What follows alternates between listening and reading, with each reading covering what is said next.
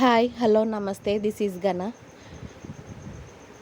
ఇప్పుడు మనం చెప్పుకోబోతున్న story my bad boy episode 81. Story చదివే ముందు గనా స్టోరీస్ వాళ్ళ ఛానల్ని తప్పకుండా సబ్స్క్రైబ్ చేసుకోండి. జాగ్రత్తగా పడుకో అని కోడలికి 100 జాగ్రత్తలు చెప్పి కిందికి వెళ్ళిపోయారు మీనాక్షి గారు.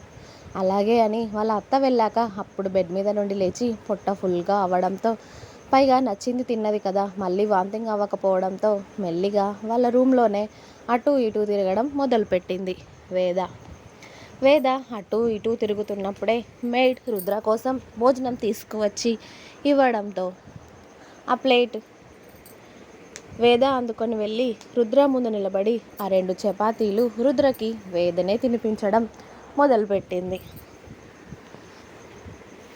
నేను తింటాను, ఇవ్వవే అన్నాడు రుద్ర.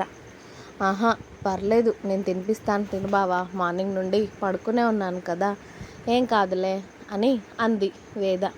నువ్వు అలా కష్టపడడం నాకు నచ్చట్లేదు అని ఆమె వేసుకున్న టీషర్ట్ పైకి జరిపి ఆమె కడుపు పైన చప్పుడు వచ్చేలా ముద్దు పెట్టి, మన బేబీని ఇప్పుడు చూపిస్తారా మనకి అని అడిగాడు రుద్ర ఆత్రంగా వేద కళ్ళల్లోకి చూస్తూ.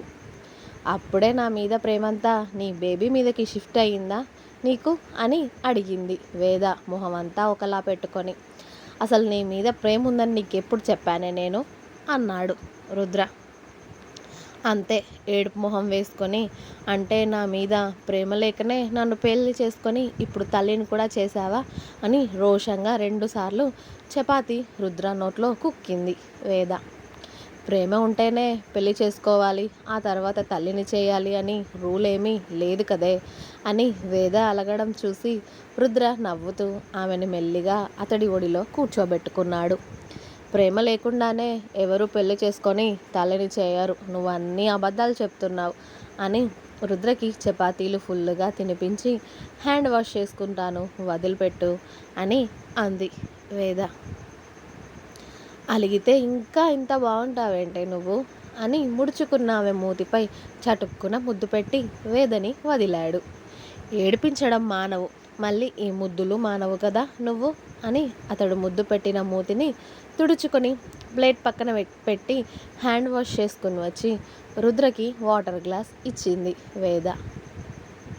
రుద్ర ఆ గ్లాస్ అందుకొని వాటర్ తాగి వేదని మళ్ళీ అతడి ఒళ్ళో కూర్చోబెట్టుకొని ఆమెని వెనక నుండి హత్తుకొని ఆమె మెడవంపులో అతడి పెదాలు తాకిస్తూ, ఇప్పుడు ఎలా ఉందే, ఓకేనా అని అడిగాడు.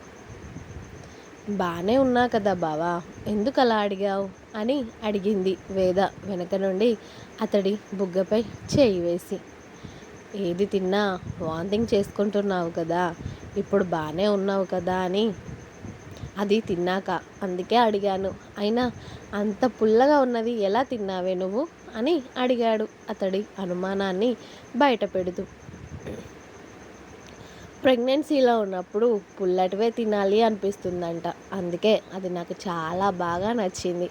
ఇంకా చింతపండు కూడా తినాలి అనిపిస్తుంది, కానీ ఎక్కడ నువ్వు నన్ను తంతావో అని సైలెంట్గా ఉంటున్నాను, కానీ నాలుక బాగా గుంజుతుంది తెలుసా, అది తినాలి అని అమాయకంగా చెప్పింది వేద. అలా తినకే, నేను చాక్లెట్ తెప్పిస్తాలే, ఓకేనా, చాక్లెట్స్ ఉంటాయి కదా అవి అన్నాడు రుద్ర.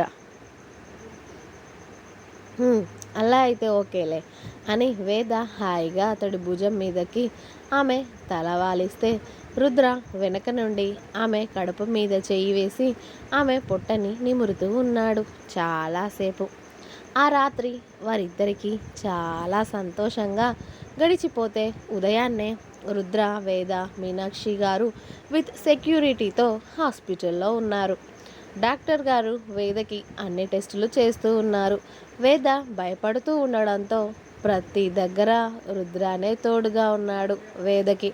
అన్ని టెస్టులు అయిపోయాక బేబీ ఎలా ఉంది అని డాక్టర్ గారు వేదకి స్కాన్ చేస్తూ ఉన్నారు.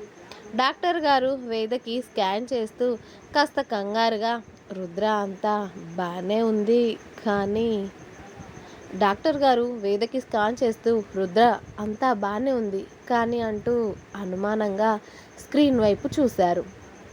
దాంతో అక్కడ ఉన్న బెడ్పై పడుకున్న వేద అలాగే రుద్ర గుండెలు ఒక్క నిమిషం వణికాయి. అప్పటికే వేద చేయి రుద్ర అరచేతిని గట్టిగా పట్టుకొని ఆమె గోర్లు అతడి చేతిలోకి దిగబడుతుంటే ఆ నొప్పిని కూడా పట్టించుకోకుండా డాక్టర్ గారి నోటి నుండి ఏం వినాల్సి వస్తుందా అని మొట్టమొదటిసారి రుద్ర టెన్షన్ పడుతూ ఉన్నాడు. అది కూడా అతడి బేబీ కోసం.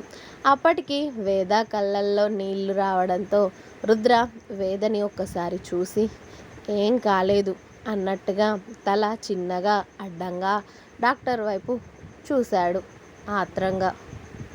ఏమైంది డాక్టర్ గారు అని అతడి నోటి నుండి ఎలా వచ్చిందో కూడా తెలియకుండా ఆమెను చూస్తూ అడుగుతూ ఉంటే, ఇంకా బేబీ సరిగ్గా ఫామ్ అవ్వలేదు రుద్ర. ఇప్పుడిప్పుడే చిన్న డాట్ లాగా కనిపిస్తుంది. ఈ ప్రెగ్నెన్సీ నిలవడం అనేది చాలా కష్టంగా అనిపిస్తుంది. కానీ మెడిసిన్ ఇంజెక్షన్స్తో ప్రెగ్నెన్సీ ఆపొచ్చు. అలాగే వేద కాలు కింద కూడా పెట్టకూడదు. అలాగే ప్రయాణాలు చేయకూడదు. ఏ చిన్న పని కూడా చేయకూడదు. తను డెలివరీ వరకు బెడ్ పైనే ఉండాలి. అలా అంటేనే మీరు ఈ ప్రెగ్నెన్సీని క్యారీ చేయొచ్చు. లేకపోతే అని ఇక మిగతాది మాట్లాడకుండా ఆవిడ చిన్నగా తల ఆడించారు. అంతే, వేద కళ్ళల్లో నుండి కన్నీళ్లు కారిపోతూ ఉన్నాయి. వెక్కిళ్ళు కూడా వస్తున్నాయి చిన్నగా. రుద్ర వేద కళ్ళల్లోకి చూస్తూ, అన్ని జాగ్రత్తలు తీసుకుంటాం మేడం. బేబీ బాగుంటుంది కదా, ఏ ఇబ్బంది ఉండదు కదా. అలాగే మీరు చెప్పిన మెడిసిన్ అన్నీ వాడతాం. అలాగే మంత్లీ చెకప్కి కూడా జాగ్రత్తగా తీసుకువస్తాను. బేబీకి ఏం అవ్వకుండా చూడండి మేడం. మా ఫస్ట్ బేబీ మేడం. అది దాని ప్రాణాలన్నీ ఈ బేబీ పైనే పెట్టేసుకుంది. ఇప్పుడు బేబీకి ఏమైనా అయితే దాన్ని నేను ఆపలేను మేడం అని రుద్ర మొట్టమొదటిసారి బాధగా చెప్తూ ఉంటే ఆవిడకి కూడా చాలా బాధగా అనిపించి, లేదు రుద్ర, ఇలాంటి కేసెస్ నేను ఇంతకుముందు కూడా డీల్ చేశాను. చెప్తున్నాను కదా, మెడిసిన్ అండ్ ఇంజెక్షన్స్ కరెక్ట్గా యూజ్ చేస్తే బేబీ సరిగ్గా డెవలప్ అవుతుంది. ఏ ప్రాబ్లం ఉండదు. కాకపోతే మెడిసిన్ మాత్రం అస్సలు యూజ్ చేయకుండా ఉండకూడదు. కరెక్ట్ టైంకి మెడిసిన్ వేసుకోవాలి. కరెక్ట్ టైంకి ఇంజెక్షన్స్ వేసుకోవాలి. మీరు ఇది ఓకే కదా అని అడిగారు డాక్టర్ గారు వేదని రుద్రనే చూస్తూ.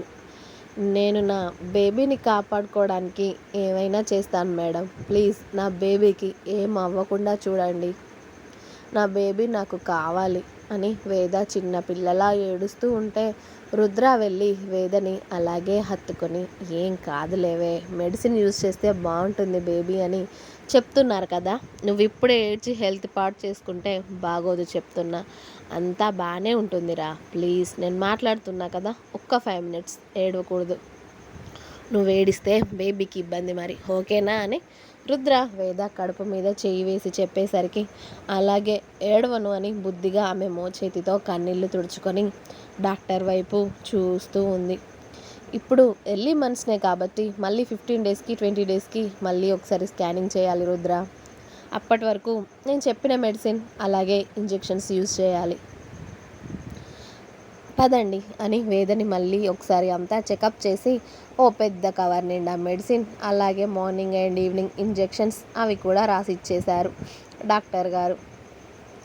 ఆ మెడిసిన్ ఏ టైంకి వాడాలి, సిరప్ ఏ టైంకి తాగాలి, పౌడర్ మిల్క్లో ఏ టైంలో కలుపుకొని తాగాలి, అలాగే ఇంజెక్షన్స్ ఏ టైంకి కరెక్ట్గా వేసుకోవాలి అని అన్నీ కరెక్ట్గా డాక్టర్ గారు రాసిచ్చి, ఇవన్నీ కరెక్ట్గా యూజ్ చేస్తేనే నీ బేబీ నువ్వు బాగుంటారు. ఓకే కదా వేద అని అడిగారు డాక్టర్ గారు. డాక్టర్ గారు అలా అడగగానే కరెక్ట్గా వేసుకుంటాను మేడం అని బుద్ధిగా తల ఊపింది వేద. ఇంజెక్షన్స్ ఇవాళ నుండే స్టార్ట్ చేస్తాను, ఓకే కదా నీకు అని అడగగానే ఓకే మేడం అని తన బిడ్డ కోసం ధైర్యంగా, ఇంజెక్షన్ అంటే భయపడే వేద ధైర్యంగా వెళ్ళి అక్కడ ఉన్న చిన్న బెడ్పై పడుకోవడంతో 2 వైపులా నడుముకి ఇంజెక్షన్స్ వేశారు డాక్టర్ గారు. అప్పటి నుండే వేద గట్టిగా ఫిక్స్ అయ్యింది, ఇలాంటి నొప్పులు ఇంకా ఎన్నో భరించాలి నా బిడ్డ నా చేతుల్లోకి వచ్చే వరకు. ఈ సూది మందులు నన్నేం చేస్తాయిలే, నా బేబీ బాగుంటే నాకు అదే చాలు అనుకొని గట్టిగా నడుము రుద్దుకుంటూ వస్తూ ఉంటే రుద్ర వేదకి ఎదురు వెళ్ళి తన నడుముని నలిచి మళ్ళీ తీసుకొచ్చి డాక్టర్ గారి ముందు కూర్చోబెట్టాడు. చెప్పాను కదా రుద్ర, వేద మాత్రం కాలు కింద పెట్టకూడదు. అవసరమైతే నేనే ఇంటికి వచ్చి చెకప్ చేస్తాను. స్కానింగ్ అవసరం ఉన్నప్పుడు మాత్రం హాస్పిటల్కి తీసుకువద్దాం, ఓకేనా? ఇంజెక్షన్స్ కూడా మార్నింగ్ అండ్ ఈవినింగ్ మన హాస్పిటల్ నుండే నర్స్ వచ్చి ఇంజెక్షన్ ఇస్తుంది వేదాకి. తనని జాగ్రత్తగా చూసుకోండి. ఫుడ్ కూడా ఏది పడితే అది తినకూడదు. నేను తనకి డైట్ రాసిస్తాను అని ఒక ఫుల్ వైట్ పేపర్ నిండా వేద ఏం తినాలి, ఏం తినకూడదు, తన డైట్ ఏంటి అని అన్నీ రాసిచ్చి ఇవన్నీ కరెక్ట్గా యూజ్ చేస్తే పండంటి బిడ్డ నీ చేతుల్లో ఉంటుంది, ఓకేనా వేద అన్నారు డాక్టర్ గారు. అలాగే మేడం అంది వేద. ఇప్పటి నుండే తన బిడ్డని జాగ్రత్తగా చూసుకోవాలి అన్న పట్టుదల ఆమెలో మొదలవ్వడంతో ఇంకా ఉంది. మీకు నా స్టోరీస్ నచ్చినట్టయితే ప్లీజ్ లైక్ చేయండి, షేర్ చేయండి, అలాగే సబ్స్క్రైబ్ చేసుకోవడం మాత్రం అస్సలు మర్చిపోవద్దు. Please subscribe my channel Gana stories world. Thanks for watching my video. Bye.